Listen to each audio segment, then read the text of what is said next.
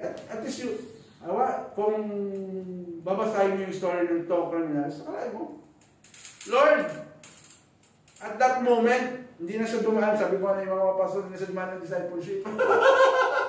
Hindi na siya dumaan ng mga kung ano-ano pa. But God is a purpose kung bakit tayo dumadaan sa ganito. Hindi to accidente. It's perfect time with the Lord. Kung ano po yung ginagawa natin. And then, becoming like Christ, and then second is that it is not impossible without Christ. Walang imposible dahil laging kasama natin ang Diyos. Sabi pa in Jeremiah 13:23, can an African change skin? Pwede bang yung mga black natin, si Michael Jackson lang yata yung nagkuhan, diba? Nagbago ng from black into white. Can a leopard get rid of its spot? Ngayon, nakikita mo yung nung isang araw, nakita yung aso, ginawang leopard. Kinulayan. Pero yung hindi talaga mababago. And then,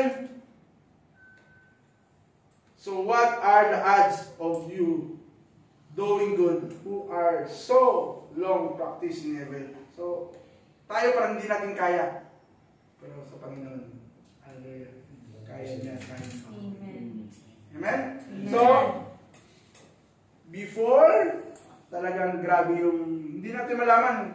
Ang daming, kung makikita mo sa YouTube, ang daming stories na ganito ang buhay nila dati.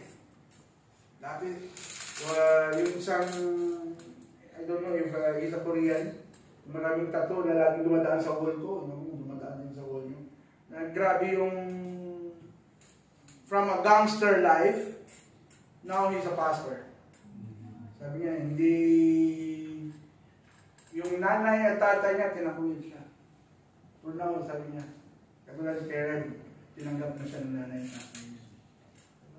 Grabe, pag talagang hinito ka ni Lord, wala ang imposible sa Panginoon.